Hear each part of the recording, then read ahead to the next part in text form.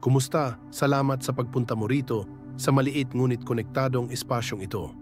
Hindi ko alam kung kailan ka nakikinig sa kwentong ito, marahil pagkatapos ng mahabang nakakapagod na araw, sa mga tahimik na sandali sa pagtatapos ng araw, o simpleng kapag naghahanap ka ng mapapakinggan at karamay. Ngunit anuman ang dahilan, talagang pinahahalagahan ko ang iyong presensya ngayon. Dahil ang kwento ngayon ay hindi lecture, hindi stereotypical advice. Ito ay isang pag-uusap, taos-puso, matalik, at marahil ay nakakaantig sa mga bagay na naramdaman mo, ngunit hindi nasabi sa mga salita. Pag-uusapan natin ang mga tila maliliit na bagay, tulad ng isang text message, ngunit sa likod nito ay isang buong mundo ng mga emosyon, ang paraan ng pagkonekta, pag-unawa, at pag-iiwan ng impresyon sa isipan ng iba. At kung nalilito ka na habang nagte-text sa taong mahalaga sa iyo, nakaupo na nakatingin sa screen at hindi alam kung ano ang isusulat, kung gayon ang kwento ngayon ay para lamang sa iyo. Naranasan mo na bang nagpadala ka na ba sa kanya ng mensahe tapos nakatingin sa screen may hinihintay para lang tapusin ang lahat na may ka, o mas masahol pa, isang hindi tumutugon na katahimikan? Tanungin mo ang iyong sarili, ano ang nagawa kong mali? Muli mong binabasa ang bawat salitang isinulat mo, sinusubukan mong humanap ng mapanghawakan.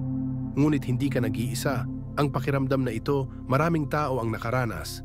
At kung nandoon ka, ito ang kwento para sa iyo. Ngayon, ibabahagi ko sa iyo ang 3 sikreto sa pagte-text. Hindi para mag-score ng mga puntos sa isang tao, ngunit para talagang kumonekta. Kumonekta ng may lalim, na may pagtitimpi, at sa mga emosyon na hindi maaaring balewalain ng mga babae. Hindi na kailangan ng magarbong salita, hindi na kailangang mag-flirt ng sobra. Ikaw lang, ang iyong sarili, ngunit isang mas nakakaunawa, mas malalim, at mas sopistikadong bersyon. Handa ka na ba? Naranasan mo na bang mag-text sa isang babae tapos umupo doon, naghihintay ng walang kabuluhan? Sinusuri mo ang iyong telepono bawat ilang minuto, binabasa muli ang iyong mga mensahe ng hindi mabilang na beses, sinusubukang malaman kung mali ang iyong isinulat. Marahil ay nai-imagine mo pa ang mga kakaibang senaryo. Baka naman busy siya o may ginawa ba akong hindi sinasadya para magalit siya, pero sa huli, kailang ang makukuha mo bilang kapalit. Kahit wala, naiintindihan ko ang pakiramdam na iyon. Pakiramdam ko ay inabandona sa isang walang laman, habang ang gusto ko ay isang simpleng bagay lamang, ang matugunan, maging konektado. At kung nakapunta ka na doon, hindi ka nag-iisa. Marami na rin ang nakaranas ng ganoong pakiramdam, but what makes you different is that you are learning how to change that. Dahil ang totoo, ang pagte-text ay hindi laro ng isip. Ngunit sa kasamaang palad, ginagawa ito ng maraming tao sa isang labanan para sa atensyon na hinding-hindi nila mapapanalo. Masyado silang nag-text, masyadong mabilis, masyadong naiinip. Sinusubukan nilang humanap ng spell para maalagaan siya nang hindi namamalayan na ang padalos-dalos na enerhiya na iyon ang dahilan upang sila ay makalimutan. Ano kaya ang mangyayari kung hindi na ikaw ang humahabol, kundi ikaw na ang nagpapahintay sa kanya?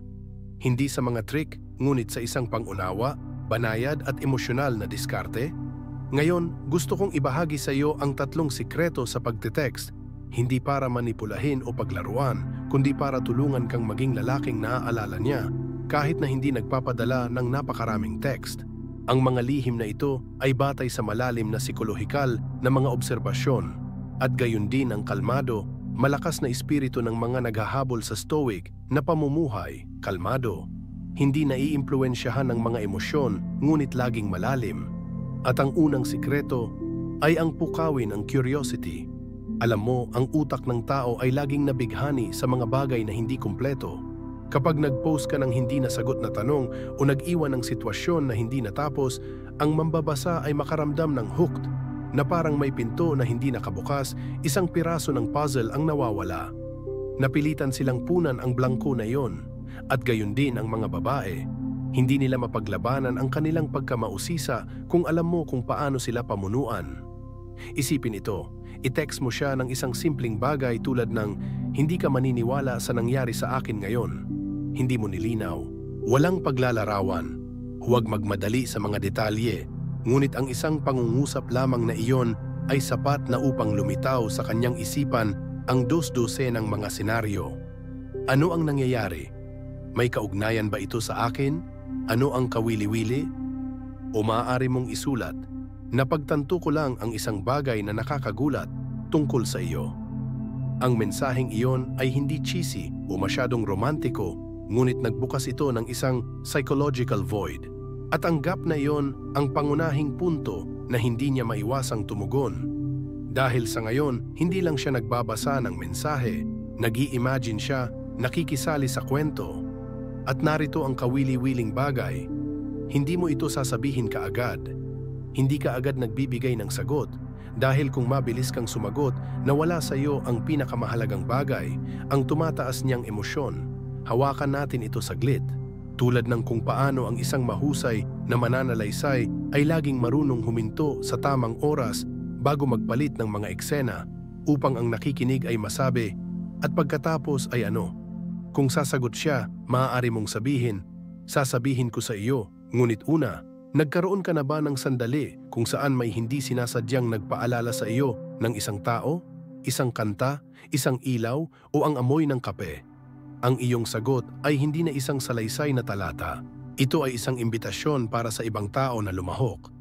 Hindi ka na nag-iisa sa pag-uusap na ito. Siya ay co-authoring sa iyo. Ang mga emosyon ay hindi nagmumula sa kung ano ang iyong sinasabi ng mabuti. Ito ay nagmumula sa kung ano ang iyong ginagawa. I-activate ang imahinasyon siya, pamunuan ng malumanay at mag-iwan ng puwang para sa emosyonal na pakikipag-ugnayan. Kapag nagsimula siyang tumugon ng may interes, hindi dahil pinipilit mo siya, ngunit dahil gusto niyang malaman pa, nagtagumpay ka. Naaalala mo ba kung ano ito noong bata ka? Binibilang ang mga araw hanggang sa iyong kaarawan. O kapag naghihintay na bumalik ang mga kamag-anak mula sa malayo, sa tuwing maririnig mo ang tunog ng sasakyan sa labas ng gate, mas bumibilis ang tibok ng puso mo? Iyon ay dopamine, ang hormone ng paghihintay, ng pag-asa, ng nasasabik na damdamin ng pag-asa. At ganun din sa pagte-text. Kapag alam mo kung paano lumikha ng pag-asa, hindi mo lang siya mamimiss, kundi mapaparamdam mo rin sa kanya ang isang bagay na espesyal, kahit na wala ka pang nakaka-text. Pero anong problema? Karamihan sa mga lalaki ay sinisira ang pakiramdam na iyon. Masyadong maaga, masyado silang excited, magpadala ng maramihang mensahe, ibunyag ang lahat ng mga plano, reply ka agad pagka-text niya. Hindi iyon mali, ngunit ginagawa nitong mawala ang kagandahan ng lahat. Kapag predictable na ang lahat at wala nang dapat asahan, napakabilis makalimot ang mga tao.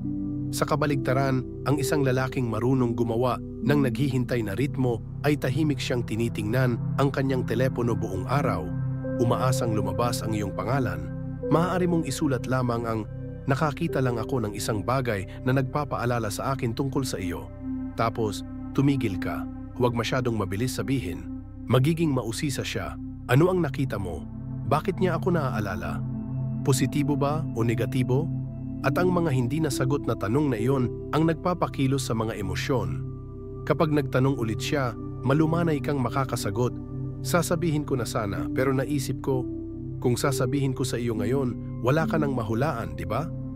Sa halip na ibigay ito kaagad, itago mo ang ilan dito.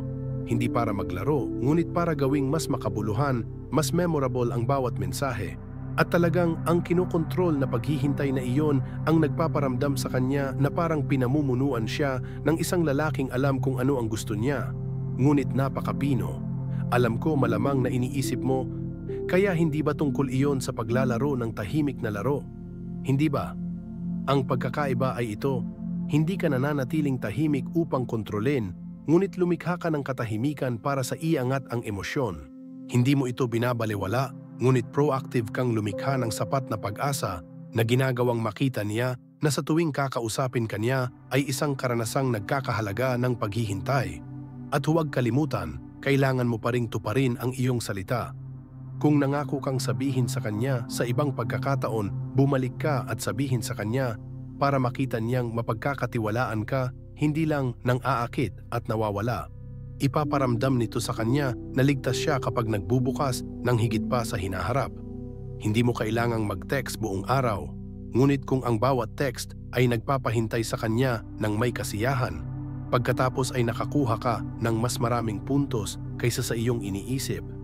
At ngayon punta tayo sa huling sikreto, ang bagay din na nagpapaiba sa iyo sa mata ng mga babae, ang pag-alam kung paano pumupuri ng maayos.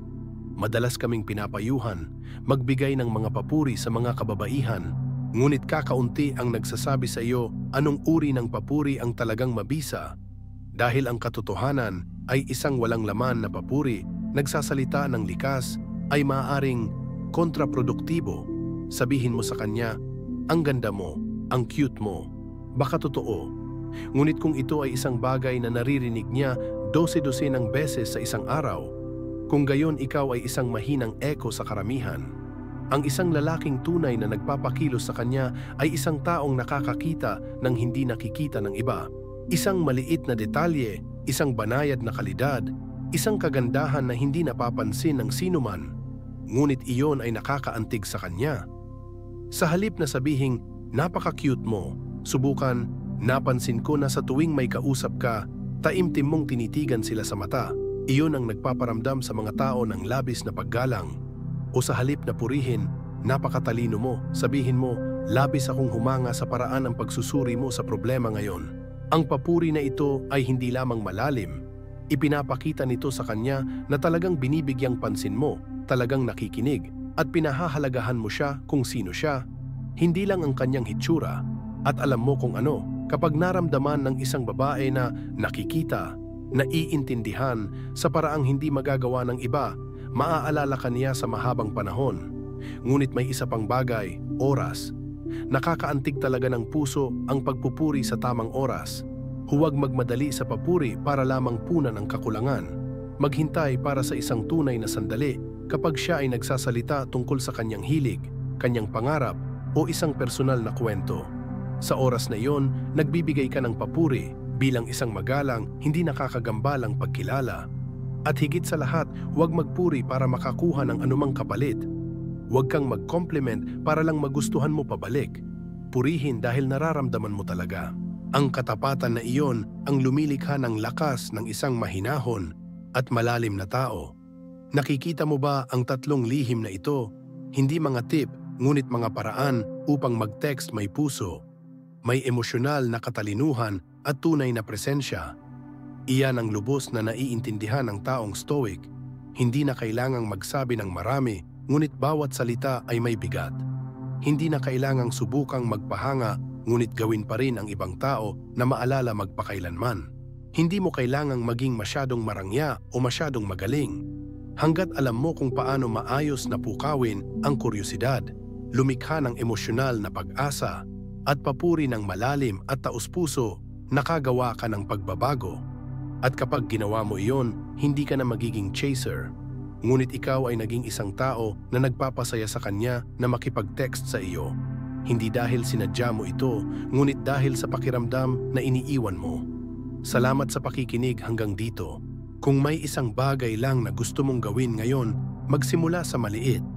Sa halip na sabihin ang lahat, subukang mag-iwan ng kaunting espasyo. Hayaan ang ibang tao na pumasok at kumpletuhin ang kwento kasama mo. Dahil minsan, hindi lahat ng bagay ay kailangang sabihin kaagad. Ang nagpapagalaw sa mga tao ay ang pakiramdam na natuklasan, hinihintay at nakikita sa malalim na paraan. Handa ka na bang maging ganoong klase ng tao? At pagkatapos mo siyang ma-curious at bigyan siya ng puwang para maghintay sa excitement at lightness, ito ay kapag pinaramdam mo sa kanya na nakikita. Madalas nating iniisip ang mga papuri bilang simpleng pagpapahayag ng paghanga, isang bagay upang simulan ang isang pag-uusap. Ngunit sa totoo lang, ang isang papuri sa tamang oras, sa tamang paraan, ay maaaring umabot sa isang emosyonal na antas na hindi maaaring ihambing ng ibang panliligaw. Ang mga kababaihan ay walang kakulangan sa mga papuri. Naririnig nila ang mga ito araw-araw mula sa mga social network, mula sa mga estranghero sa kalye, minsan kahit na mula sa mga taong walang seryosong intensyon. Ngunit dahil sa napakaraming pangkalahatang papuri, sila ay lubhang sensitibo sa mga papuri sa totoo lang. Ang mga papuri ay nagmumula sa pagmamasid, mula sa lalim, mula sa isang tingin na hindi nagmamadali ngunit puno ng pangunawa. Sa halip na sabihing napakaganda mo, panoorin ang paraan ng kanyang pagkukuwento, ang paraan ng kanyang pagmamalasakit sa iba o kahit ang paraan ng kanyang pagiging kalmado sa isang mahirap na sitwasyon. At purihin iyon. Halimbawa, maaari mong sabihin, napansin ko na sa tuwing nagsasalita ka tungkol sa isang bagay na mahalaga sa iyo, ang iyong mga mata ay kumikinang na parang isang bata. Gusto ko ang enerhiya na iyon, ito ay gumagawa ng mga tao na gustong makasama. O kaya, sa tingin ko ang higit na tumatak sa akin ay hindi ang paraan ng pananamit o hitsura mo, ngunit ang pakikinig mo sa iba nang walang paghuhusga. Bihira ang sino mang gumawa ng ganoon. Nakikita mo, ang papuri na iyon ay hindi namamalagi sa anyo, ngunit sa lalim. Ipinapakita nito na talagang nakikinig ka, talagang nagmamasid. At higit sa lahat, ikaw pagbati ang kanyang tunay na sarili, hindi kung ano ang nasa labas. Ang mga papuri na ganyan ay hindi namumula sa mga babae dahil nahihiya sila, napapangiti sila dahil na-attach. Dahil sa panahon kung saan ang mga tao ay madaling pumupuri sa isa't isa para lamang masiyahan, ang isang lalaking marunong maghintay ng tamang sandali para magsabi ng isang taos-pusong papuri, ang siyang nagpaparamdam sa mga babae na ligtas, iginagalang at pakiramdam na mahalaga. Ngunit huwag kalimutan ang pinakamahalagang bagay. Huwag magmadali. Huwag subukang humanap ng mga papuri sa tuwing magte-text ka para lang matuloy ang usapan. Hayaan itong dumating ng natural. Tingnan mo, kapag nagbahagi siya ng isang bagay na pinaniniwalaan niya o nag-uusap tungkol sa isang karanasang nakatutulong sa kanya, iyon ang magandang pagkakataon para magsabi ng isang bagay na nagpapatunay sa kanyang pakiramdam. Parang kapag may nagsabi sa iyo ng isang bagay na ipinagmamalaki niya, hindi nila inaasahan ang palakpakan, umaasa lang silang may nakikinig talaga. At kapag pumupuri ka sa sandaling iyon, ang iyong mga salita ay hindi na isang salita, ngunit isang pagkilala, isang tahimik na pasasalamat, I see, naiintindihan kita. At kapag pinaramdam mo sa isang babae na naiintindihan mo, lahat ng distansya ay nawawala. Hindi na ito normal na usapan. Ito ay nagiging isang pribadong espasyo, isang lugar kung saan siya ay maaaring maging kanyang sarili. Hindi ka na isang taong nagte-text para manatiling konektado, naging isang taong gusto niyang ibahagi, isang taong mapagkakatiwalaan, isang taong nagpaparamdam sa kanya emosyonal, hindi ko kailangang husgahan, hindi ko kailangang stress, hindi ko kailangang gampanan ang papel. Ang lahat ng iyong ginagawa ay tatlong bagay lamang. Pukawin ang pagkamausisa, lumikha ng pag-asa, at magsabi ng isang bagay na taos-puso sa tamang oras. Ngunit kung ano ang babalikan mo ay isang relasyon na binuo mula sa tunay na emosyon, mula sa mga tunay na koneksyon, hindi mula sa ilang mga biro o walang katapusang mga mensahe. Hindi mo kailangang maging perpektong lalaki. Kailangan mo lamang na maging isang tao na naroroon, banayad, malalim at may isang pusong kalmado na hindi nagmamadali. Sapat na malakas upang hindi kailangang patunayan ang anumang bagay at sapat na taus-puso upang makita kung ano ang hindi napapansin ng iba. At maniwala ka sa akin, iyon ay isang bagay na hindi kayang labanan ng mga babae. Kaya't mayroon ka, kasama ko sa pamamagitan ng tatlong tila simple, ngunit hindi ka panipaniwalang makapangyarihang mga lihim sa kung paano ka mag-text at kumonekta sa isang babae. Ang una ay kuryosidad. Hindi mo kailangang sabihin ang lahat. Kailangan mo lang mag-iwan ng maliit na puwang sa kwento, sapat lang para gusto niyang matuto pa. Ang walang laman na iyon ang magpapasiklab sa kanyang imahinasyon, na ginagawang hindi niya maiwasang tumugon, hindi maiwasang isipin ang tungkol sa iyo. Susunod ang paghihintay. Minsan, ang isang maikling katahimikan, isang maliit na pagpigil ay lilikha ng isang mas malakas na emosyonal na epekto kaysa sa anumang mga salita. Hindi mo kailangang magmadali. Alam mo lang kung paano makipagsabayan para makita niya na ikaw ay isang lalaki na may lalim, na marunong mamuno ng natural at may edad. At sa wakas, isang taus-pusong papuri. Hindi walang laman na salita, hindi walang kahulugan na matatamis na salita. Ito ay isang papuri sa tamang oras, sa tamang lugar, para sa tamang bagay na talagang pinahahalagahan niya sa kanyang sarili. Iyon ay kung paano mo ipaalam sa kanya Nakikita kita, hindi lang ang iyong hitsura, ngunit ang mga pagpapahalagang dala mo sa bawat aksyon. Ang tatlong bagay na iyon kapag pinagsama ay lilikha ng estilo ng pag-text na hindi nangangailangan ng anumang kulay o trick. Hindi lang nito gustong mag-text pabalik ang mga babae, pinaparamdam nito sa kanila na tunay silang konektado. Hindi lang nila binabasa ang iyong mga mensahe, naaalala ka nila, iniisip ka at inaabangan ang pakikipag-usap sa iyo ng higit pa. Hindi mo kailangang maging magaling sa pakikipag-usap. Kailangan mo lang maging isang taong marunong makiramdam, marunong makinig at marunong maging present na may mahinahon, matatag na enerhiya, kung saan wala kang masyadong sinasabi pero bawat salita ay may lalim. Kung saan hindi ka nagmamadali, ngunit laging alam ang tamang oras. Kung saan hindi mo lang nais na impress, ngunit talagang nais na maunawaan, nais na kumonekta. At kung may isang bagay akong gusto mong alisin sa kwentong ito ay laging mag-text gamit ang iyong puso, hindi nang may takot. Huwag mag-text para lang makakuha ng sagot. Huwag sabihin ang sa tingin mo ay gusto niyang marinig. Sabihin kung ano ang tunay mong nararamdaman. Mataktika, maunawain at taos-puso. Dahil alam mo kung ano, sa isang mundo kung saan ang lahat ay maraming nagsasalita, isang tao ang nakakaalam katahimikan sa tamang panahon, alam lumikha ng puwang para sa mga emosyon at alam makita ang kabutihan sa iba, ay ang taong nagpapaalala sa mga tao at hindi nakakalimutan. Salamat sa pagpunta mo rito sa pakikinig sa mga huling linya. Kung ikaw ay nasa mga panimulang yugto ng pagkonekta o nakaramdam ka na ba ng walang katapusang mga text message, umaasa ako pagkatapos ng araw na ito, magsisimula kang makaramdam ng kaunting kakaiba. Hindi mo kailangang baguhin ang iyong sarili, baguhin lang ang hitsura mo at ang pakiramdam mo. Dahil kung minsan, ang isang salita na sinabi sa tamang panahon, isang mensahe na ipinadala mula sa puso, ay maaaring maging isang bagay na nagpaparamdam sa isang tao na ligtas, naiintindihan at nais na manatili. At sino ang nakakaalam mula sa mga mensaheng iyon? Isang kahangahangang bagay ang magsisimula. At sa dulo ng lahat, malalaman mo, ang tunay na koneksyon ay hindi nakasalalay sa kung gaano karaming mga mensahe ang iyong i-text, ngunit sa pakiramdam na iniiwan mo sa bawat linya. Hindi mo kailangang maging perpekto. Kailangan mo lang maging totoo, malalim, at banayad para makita ng isang babae. Nakikita niya ako. Hindi lang ang labas, kundi ang mga bagay sa loob na marahil ay hindi ko pa napagtanto. Kung may kukunin ka sa kwento ngayon, tandaan ito, hindi na kailangang magmadali upang makakuha ng tugon. Text na may presensya sa puso at sa mahinahong espiritu ng isang tao na alam kung ano ang kanyang ginagawa at kung bakit niya ito pinipili sa paraang iyon. Salamat dahil nandito ka. Kung sa tingin mo ay lumaki ka ng kaunti pagkatapos ng kwentong ito, payagan ang iyong sarili na ilapat ang isang maliit na bagay mula ngayon. At sino ang nakakaalam mula sa isang text message? Magsisimula ang isang magandang koneksyon